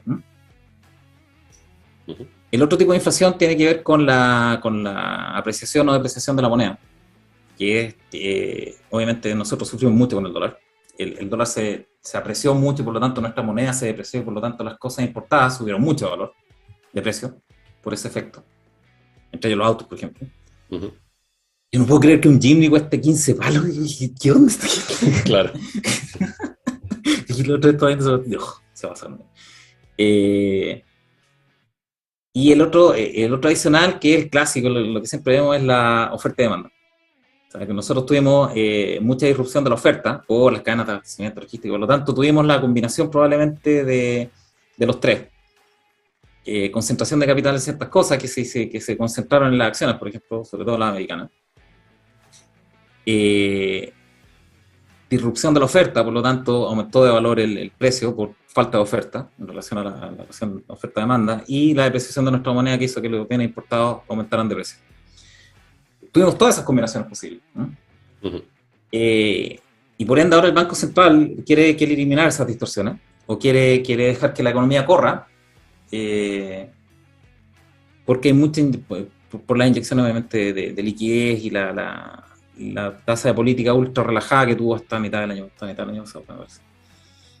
Ahora corre solo la economía, ya no necesita incentivos monetarios, ya no necesita incentivos centralizados. Que corra la economía sola, que le vamos a quitar los incentivos monetarios a la creación de dinero, etcétera, etcétera. ¿Cuál es el problema de eso? Para eliminar la inflación, que el gobierno corre o la parte fiscal corre por cuenta propia. O sea, el gobierno, la próxima administración se va a endeudar a dos manos y va a reventar las tarjetas de crédito y le da lo mismo a las tasas de interés. Va a ser igual. Por lo tanto, no va a restringir la deuda de gobierno y la entrada de capitales del gobierno, del Banco Central. ¿Cuál es la ventaja de eso? O cuál es la... No es ventaja, cuál es la situación particular? Que todavía no tenemos tanta deuda. Y tampoco sabemos si se va a endeudar tanto el gobierno. Yo creo que sí, ese es mi feeling, que se va a endeudar al mismo nivel que este año, o que el año pasado. Pero es un feeling, tal vez no, ojalá que no. Pero van por carriles paralelos. O sea, la política del Banco Central chileno no va a impedir que si el gobierno se quiere endeudar, se endeuda a dos manos. De hecho, está aprobado en el presupuesto 20.000 millones en exceso de deuda. Al menos 20.000 millones van a tomar deuda, al menos. Por lo tanto, es bastante clara la trayectoria y también es bastante claro que el Banco Central en realidad no puede hacer mucho para evitar que la parte fiscal de la ecuación, que es el Estado, le inyecte plata como mico al sistema, ¿no? Uh-huh. ¿Cuál es el problema de eso? Que para contrapesar eso el Estado va a colocar impuestos asesinos y eso va a bajar la actividad económica. Entonces se contrapesa, ahí se nivela en el fondo y llegamos a un punto de esta inflación, se llama eso. Alta inflación y baja actividad económica. Y eso es súper mortal para la economía, para la confianza, etcétera. Pero bueno, hay que lidiar con eso en el próximo año, o sea, este año. Y también hay que ver los efectos de esa deuda, que no la va a parar el Banco Central con este aumento de tasa, en el rating soberano, que no, eso también puede ser otro problema, lo vamos a discutir cuando se produzca, o cerca de ella. Van a avisar las agencias clarificadoras claramente, empiezan a ver señales.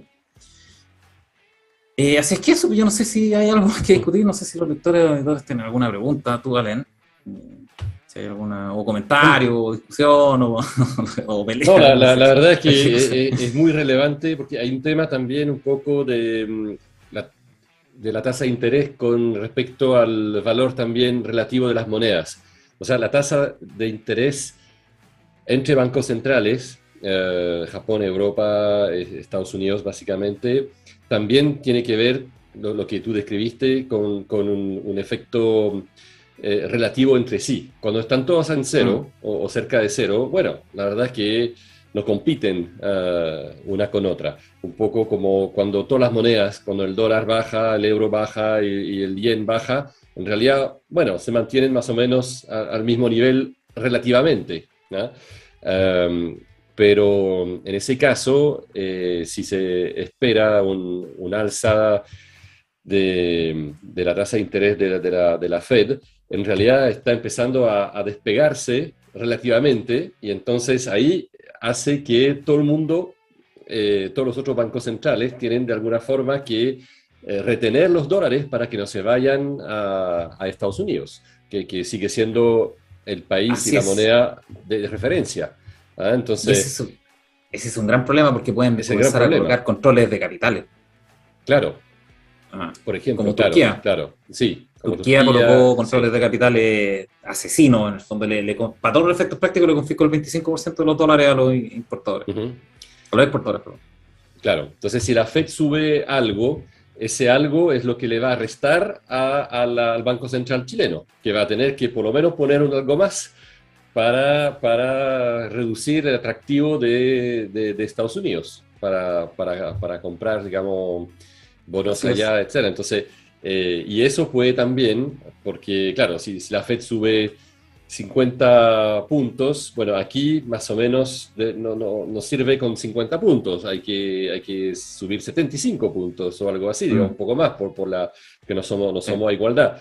Entonces, la Fed podría también tener un efecto inflacionario, o sea, no inflacionario, pero, perdón, sobre un efecto de subir aún más la tasa la tasa de aquí, de Chile, y eso puede ser, digamos, que sea un efecto más bien deflacionario, un efecto que al ser más caro el dinero, la economía va a tender a enfriarse más todavía. ¿Mm? Es que van por Entonces, carriles paralelos. sí, El combate sí. del Banco Central, subir las tasas del central, es para desincentivar el tomar créditos, Ujú, eh, para desincentivar el tomar créditos privados o, ahí habría que estar en la mente de Marcel y de los consejeros, o hacer que los instrumentos de inversión relacionados a renta fija aumenten su rentabilidad, por lo tanto la gente tenga menos incentivos de colocarla en consumo y ujú, meterla en instrumentos de inversión, depósitos a plazo, etcétera, que han subido harto, de hecho están cerca del 4%, ¿eh? claro. Han subido Ah, harto. sí. Por lo tanto, ese incentivo, ahí yo no sé, ahí ya habría que, insisto, estar en la cabeza de los banqueros centrales, Sí. pero o desincentivar la toma de crédito, que no creo que haya mucho de eso, o incentivar el que la gente coloque el capital, que tiene el exceso de capital, en instrumentos de inversión, y que no los mueva. Porque Claro. finalmente lo que genera la inflación es el movimiento del circulante. Entonces, cuando Ujú, la gente lo estanca, llamémoslo de esa manera, en un depósito a plazo, lo que dice que ujú. no se mueve, no consume. Exacto. Ese yo creo que es el incentivo del Banco Central. El tema de las tasas de interés de los bonos, sobre todo los privados, los corporativos, Ujú.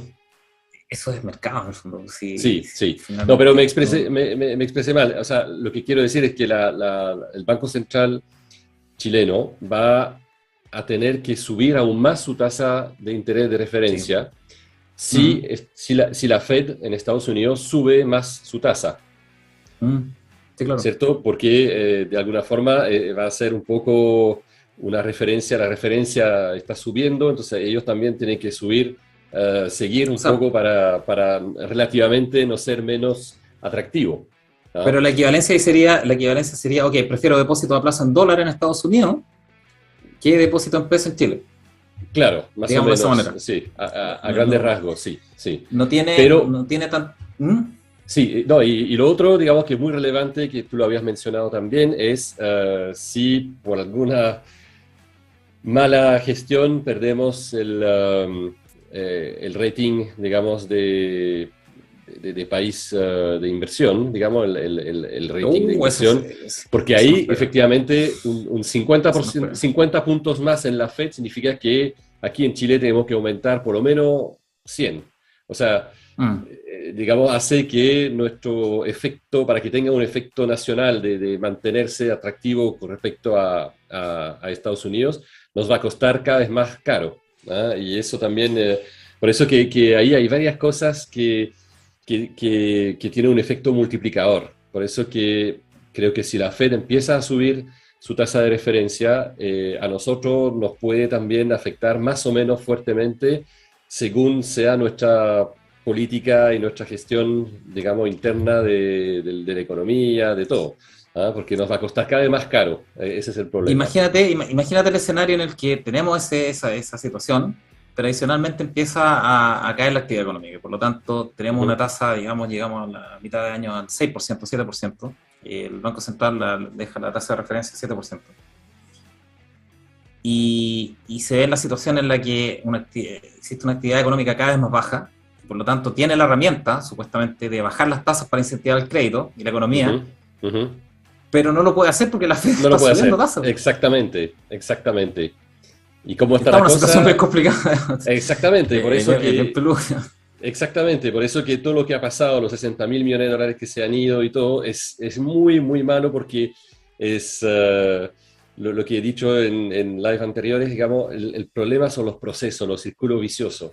Los Mm. círculos viciosos son mortales, de hecho, porque van amplificando cada vez más una cosa que puede parecer menor o que podíamos perfectamente manejar en tiempo normal o en tiempo de buena gestión, pero se va amplificando cada vez más y se toma además malas decisiones encima de eso, la verdad es que ahí es exponencial, digamos, ahí pum, la cosa explota rápidamente y no hay cómo salir. Esa para mí es un poco el temor del efecto amplificador que podía tener un alza de interés de la Fed en la Mm. situación de Chile hoy por hoy, digamos. Así que Yo no sé Así si que quieren bueno, ver mercado o lo dejamos hasta aquí, si en tienes la sección algo, de sub.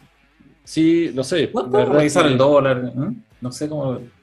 Votación del el público. dólar ha ¿Quieren ver bajado un mercado? poco, ¿ah? Sí, sería bueno ver un Sí. poco cómo se ubica, sí. Vamos a ver, Sí, yo creo que siempre es déjame ver si. bueno si lo Están tenemos como chequeando lo que sección. comentamos con los mercados reales. Sí, Sí, es claro, bueno eso. exactamente, exactamente. Mm. A ver, espérame. Déjame ver si puedo. Siempre me pela cable este. Chrome es un pelacable. Mm.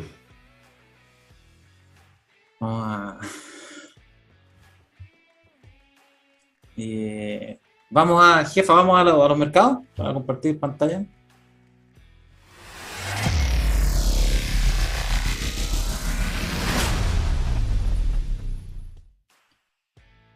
Ya. Espérame.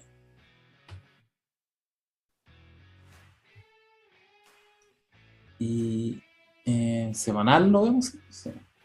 Ujú. A ver, compartir pantalla.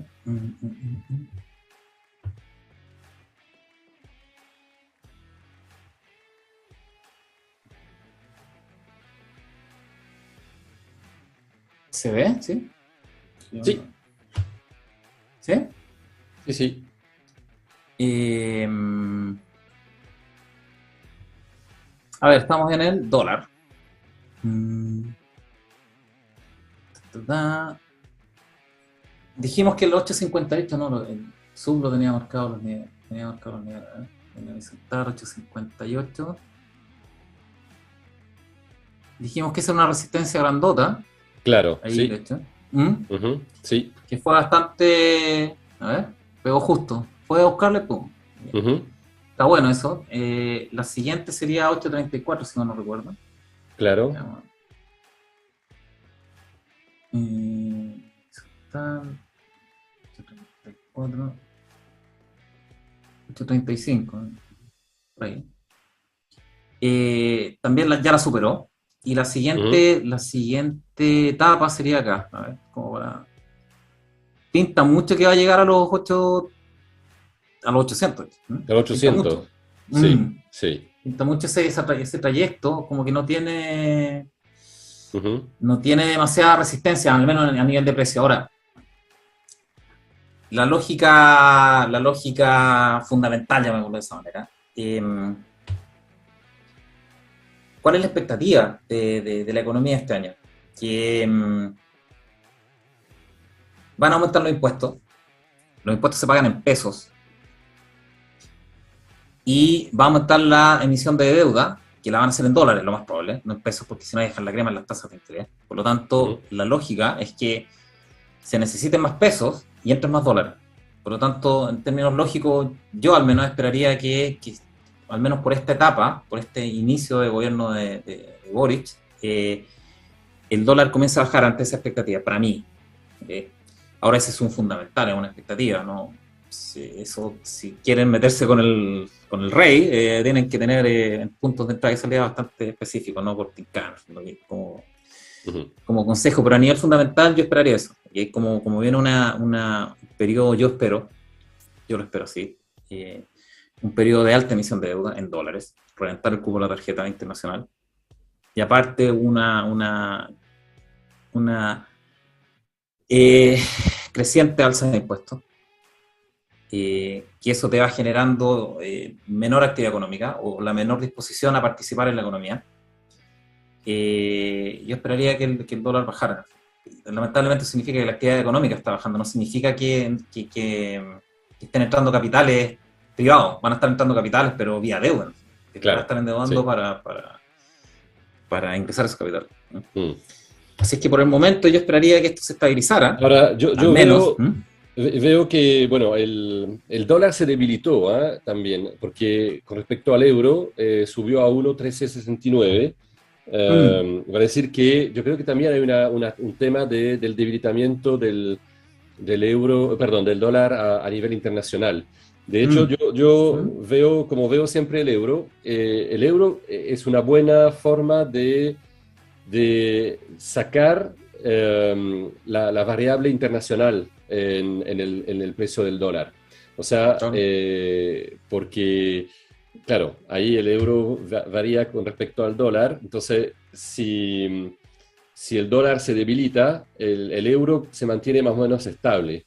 No sé si eventualmente, si tienes el euro CLP, se puede ver como que la curva del euro suele ser un poco más, eh, Vamos como, a ver. un poco más suave en general. Está pensando, Está pensando. está pensando. Ahí. Ahí. Subió Igual se también. arrancó, mira, yo no Igual, lo había visto, sí, se arrancó desde los máximos. claro, claro. Mira, Sí, sí. increíble.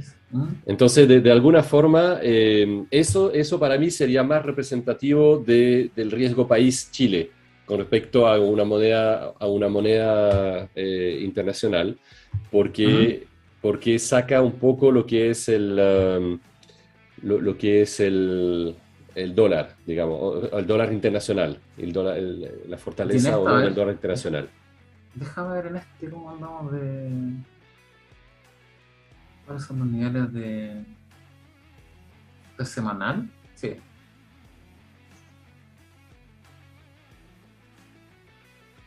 Lo que pasa es que yo creo que las escalas se ve también una baja, pero si uno tuviera Mm. exactamente la misma escala, yo creo que sería menor a la que vimos con el dólar. Mm. Pero bueno, eso es un poco difícil verlo.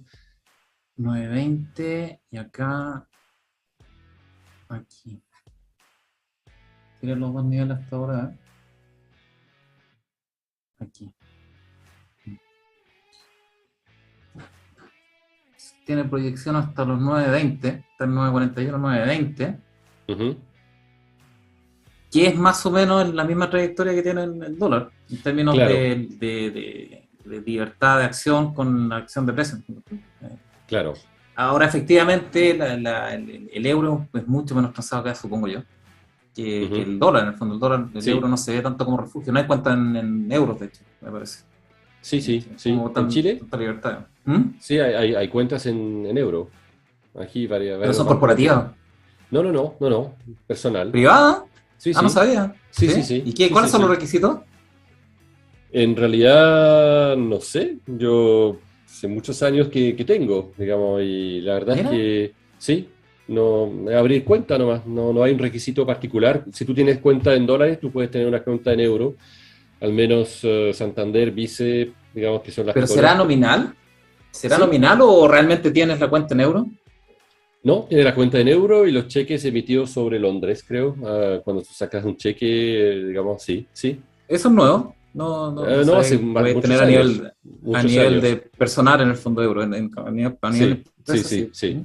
Entonces, bueno, Interesante. Mira, sí. interesante para la gente que tal vez pueda diversificar no en dólares, sino en euros. Lo que Que pasa, como tú dices, puede ser más. ¿Mm?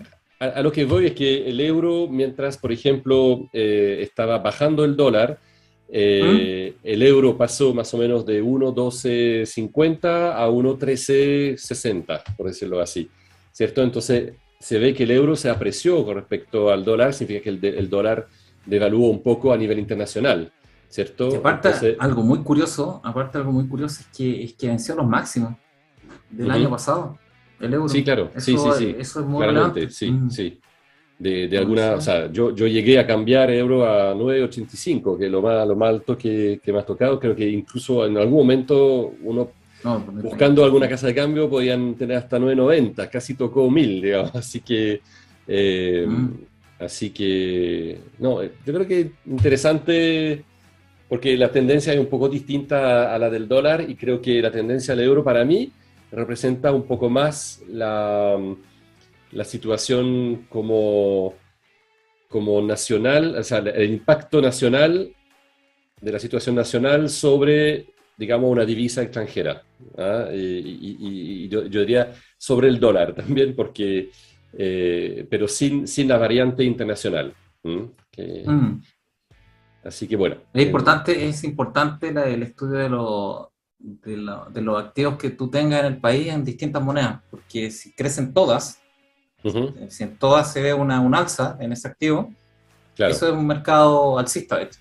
sí. Ujú, Si por ejemplo, el activo está creciendo, como lo hemos comentado en Venezuela, en Argentina, que la bolsa en términos nominales sube mucho, pero el peso se deprecia, lo único que está claro. haciendo la bolsa y el activo es compensar la pérdida de valor de la moneda. Exacto, sí. Entonces un mercado alcista es cuando suben todas las monedas, para todo el efecto práctico. Exacto. Sí. No sé si hay los lectores querrán ver algo adicional. Veamos los blue chips de Suba, ¿eh? ¿VT cómo está el Bitcoin? Yo creo que fue una masacre ahí. ¿Se recuperó? A ver, veamos. Nah, tampoco tanto. No. O sea, se ve masacre, Dios, porque están como acostumbrados a que suba mucho, pero... Una masacre. Pero...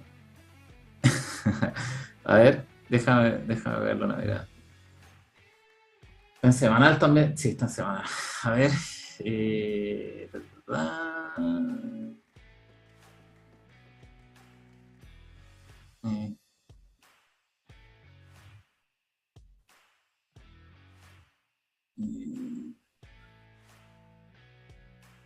justo. Ese es un soporte. Y lo pasó de largo. A ver, ¿qué otro soporte tenéis como yo creo que supongo que como son holders la gente de Bitcoin, y hay gente que cumple y mantiene, sí. Lo importante son los puntos de entrada, yo creo, no de salida, ¿verdad?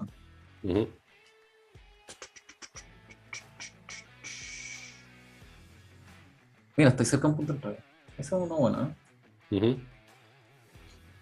Sí, yo creo que lo habías comentado hace poco, que alrededor de los 39.000, 40.000 era un punto de entrada que voy a ser pinta bien interesante.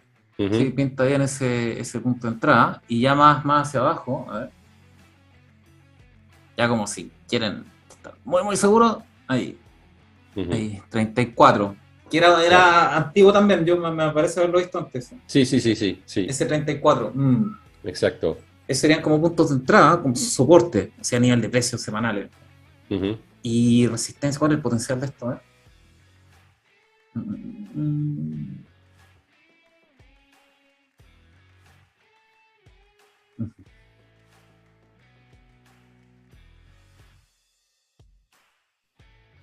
58.6. Sería como una potencial... Sí, tirada, pero igual repetiría más o menos la misma... La misma montaña rusa, digamos. Lo que pasa es que cuando hay nuevos máximos, en general sube el techo. Donde nuevos máximos, en general, no siempre. Claro. Igual cuando hay nuevos mínimos, te baja el piso. O sea, tienes una entrada más baja y por lo tanto más atractiva. O sea, cuando se producen nuevos mínimos, ¿no? En general. De lo que uno puede ver. Así es que eso con Bitcoin, no sé si quieren ver algo más de blue chip El IPSA está en rango, esa cuestión entre 4.100 y 4.500 va a estar ahí rankeando mucho raro, así que no sé si es atractivo eso. No sé si tú quieres ver algo más, ¿Alain? No, la verdad es que... ¿No? Los lectores no se pronuncian, así que... Ethereum, sí. Ese es el otro blue chip de Subo, ¿no? A veces. No a veces muestra, sí, a veces lo muestra también, pero ha sido menos últimamente. Yo creo que ha sido bastante... es como el broker. Este se comporta diferente, ¿ah? Sí. Quizá porque hay menos holder, hay lo que había explicado Sub justamente, que hay más gente que usa instrumentos, etcétera, digamos más de trading quizás, y entonces puede que sea un poquito más resistente por eso.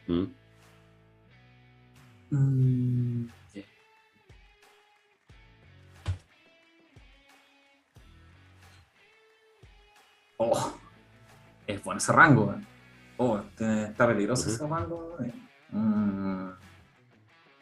Tendría que cerrar semanal sobre este para que esté fuera de peligro, digamos así, al menos a nivel de precio. Mira, no tiene nada aquí. Nada que lo soporte el precio. Claro. Ojo allá, para los holders. Claro. O sea, si son holders, da un poco lo mismo, pero sí. Ojo ahí, está peligroso este rango.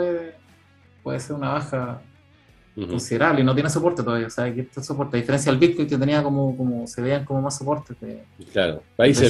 se ven velas bastante grandes también históricamente, ¿ah? Se ve rayas Por ahí eso como son, bien, sí. mira Es esta, como, no, no esa apto para está suba cardíacos, de digamos. esta. Sí. No Eso apto para no- cardíacos. Claro, no sé, pero insisto, aquí este rango está bien peligroso. Mm, Si cierra por sobre esta a nivel semanal, ahí puede ser una buena entrada, puede. Disclaimer, ujú. programa de entretenimiento, pero mientras está aquí bajo no, difícil esta, pero bueno. Así es que eso, no sé qué otro activo quieren ver. Bonos de Chile, ese es interesante, ¿eh? De veras que no lo hemos visto. Para verlo,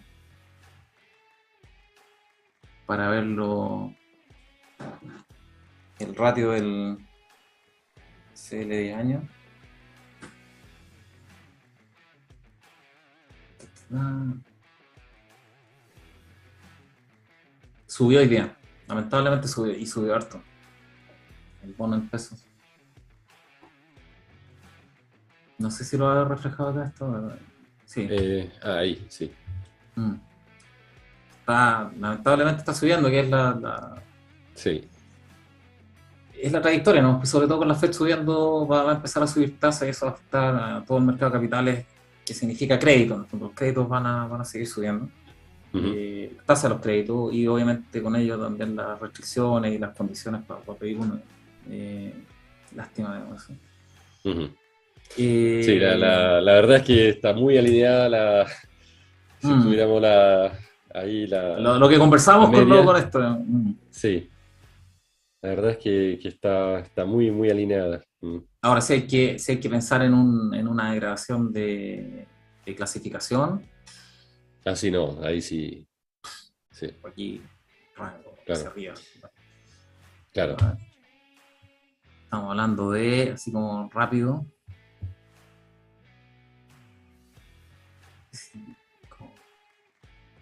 no somos tan graves, ¿no?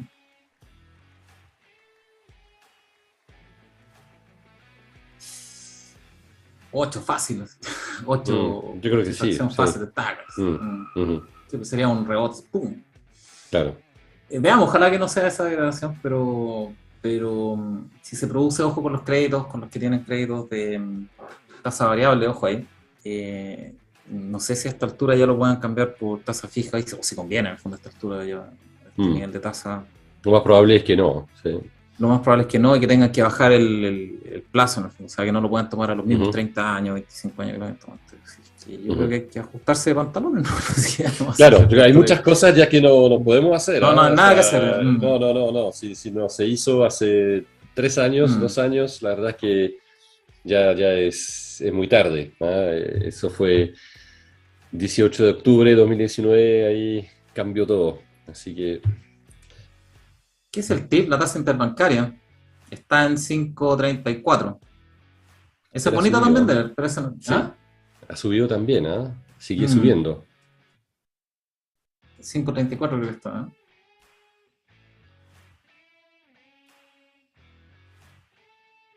En 25 años muy lindo se ve.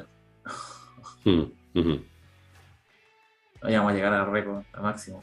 Ahora, ¿cuál es el Sí, problema de eso? O sea, puede estar indexada la inflación, pero aquí también tuvimos periodos de alta inflación y mira, claro, sí. o sea, no necesariamente está indexada la inflación, ¿no? Y de hecho, muy probablemente no, está indexado a los riesgos que perciben las instituciones entre ellas, entre las instituciones bancarias o en sus carteras, digamos, ahí difícil saberlo, Ujú, pero esa curva está muy peligrosa, está muy ujú. rara. Mm. Y lo que, Sí. lo que proyecta eso es que el central va a llegar al menos hasta 125. Está en 4, va a llegar a 5,25. Proyecta. Ujú. Y tal vez se pase del tejo y lo haga a 5,5 en el fondo. O sea que aumente 150 puntos. Eso debería proyectar esta curva. Claro. Mm.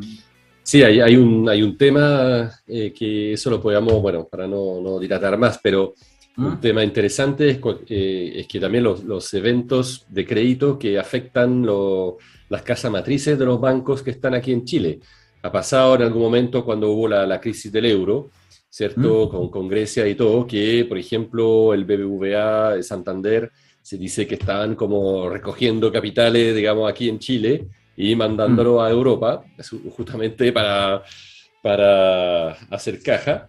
Y eso también podría ser algo bastante complicado para nosotros, ¿ah? A nivel interbancario, digo yo. No sé si Son, bueno, son, son balances independientes, ¿eh? O sea, sí, si están mandando capitales porque lo pueden hacer por los ratios que tienen de encaje, etcétera, etcétera. sí, ¿No van a poner en riesgo no la van a poner en solvencia riesgo, bancaria chilena? No. pero por eso pienso en la tasa de interés interbancaria, porque tú puedes reducir un poco más como tomar un poco más de riesgos acá, digamos, en la liquidez, básicamente. No sé. Eso, ¿Cómo bueno, así? No te entiendo eso. bueno, es que si tú mandas de tu capital acá, o tú mandas dinero a tu casa matriz en España, ¿Mm? tú mantienes tu posición aquí un poco más débil a nivel de liquidez como banco. ¿Mm? Entonces, eventualmente, si se sabe, los bancos a lo mejor no se van a prestar con la misma Ah, confianza a sabiendas que el otro banco es un poco menos líquido que antes, porque lo despojaron un poco, digamos, de su liquidez para alimentar la casa matriz. estás Y, tirando el dato, ya el que entendió, entendió en el fondo. Pues. claro, o sea, Entendió en qué bancos tenéis que estar y en cuáles no, pues, ya está claro. Ya. no es, o sea, son los bancos que tienen casa matriz afuera y fuertes, digamos. Entonces, pero en fin, todo eso es solamente para decir que esa tasa interbancaria Claro, puede es, mermar mucho la calidad de los activos o la reserva y claro, eso te puede generar más desconfianza. Probablemente claro, no te genere una exacto. insolvencia ni mucho menos, pero puede aumentar mucho más esta tasa y eso Entonces, obliga de nuevo, al Banco Central a subir más. Mm. claro, o sea, de nuevo, en el tablero que tenemos como piloteando el avión, digamos, ahí son luces rojas que pueden aparecer a ver. Por eso es interesante mantener un ojo sobre esa tasa de interés interbancaria, ¿no? Yo diría que púrpuras con verde las luces, o sea, bien guasones que Sí, entonces, no porque de sé. alguna forma es exactamente lo que tú estás diciendo, la confianza. O sea, cómo medimos la Ah, confianza en el dinero. Yo creo que la tasa interbancaria es súper importante, es súper importante, sí. súper Eso se importante. mide, eso es la confianza entre instituciones bancarias y las instituciones Exacto. bancarias tienen las Y gente que carteras sabe. de crédito y aparte tienen las carteras de crédito de los activos, de los Sí, créditos, de la economía en el fondo. Tienen de la las economía. carteras de los Sí, dividendos, de los créditos de son súper comerciales, como decía tú. profesionales, o claro, Por eso, o son sea, grandes si se profesionales. empiezan a desconfiar entre ellos, Exacto. significa que están desconfiando las carteras, significa que Sí, están sí, desconfiando la sí, economía del país, claro. básicamente. Por eso es muy, muy relevante como índice de Muy confianza, relevante. ¿no? Sí, sí. Así que, Yo bueno. creo que eso, voy a Sí, terminar de compartir. Eh, se alargó bastante el programa, casi sí, completamos al las dos final horas. íbamos a ser cortita, pero La voy a hacer corta. así Pero al es. final se alargó igual la cuestión. Es que es muy entretenido conversar estos temas. Ojalá Sí, sí. lo hayan disfrutado los auditores y lectores. Estuvo muy entretenido, estuvo muy divertido esto. Así es que saludos a los lectores y auditores. Ya terminamos ya con esta revisión más extensiva de los mercados. Saludos también y un gran abrazo a Ben y a los chicos a Pablo y a Su, ojalá estén disfrutando. Y a Sub también, sí, claro, sí. Estén Ojalá disfrutando que con la sus próxima familias. semana nos veamos de nuevo. Sí, de todas maneras. Y, y eso, me despido, lectores, estimadísimos lectores y auditores, ojalá lo hayan pasado bien. Y nos vemos la próxima semana. ¿Mm? Muy Está bien, bien. buenas noches a todos. Buenas Un noches, placer, como siempre. un abrazo, Estén muy saludos. bien.